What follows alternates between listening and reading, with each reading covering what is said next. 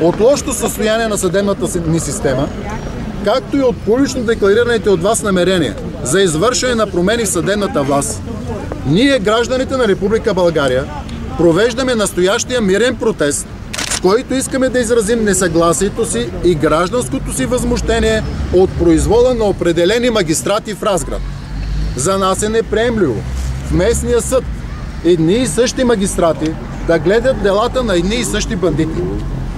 Неприемливо е абсурдни оправдателни присъди на първа инстанция да не се обжалват от прокуратурата, да влизат в сила и след това престъпниците да осъждат държавата за обезщетения, които трябва да плащаме всички ние. Такъв е случая с четените от съдията в Районен съд Разград Николай Борисов оправдателни присъди на кмета на Попово Людмил Веселинов.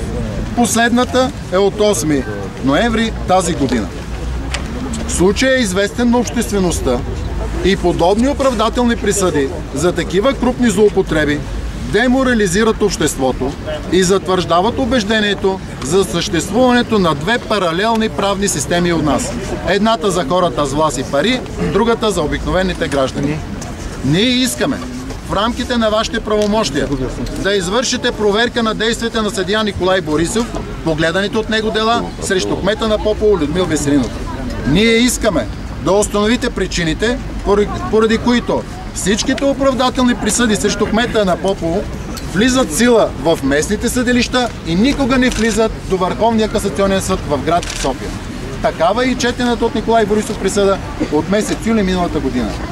Ние искаме да извършите тази проверка въз основа на тази декларация от нас, протестиращите граждани, а не при възникването на по-солиден обществен или външно-политически натиск, като в случая с съдия Венета Марковска. Днеска, в рамките на работното време, тази декларация ще бъде заведена в деловодството на институцията на президента, на Висшия съдебен съвет и до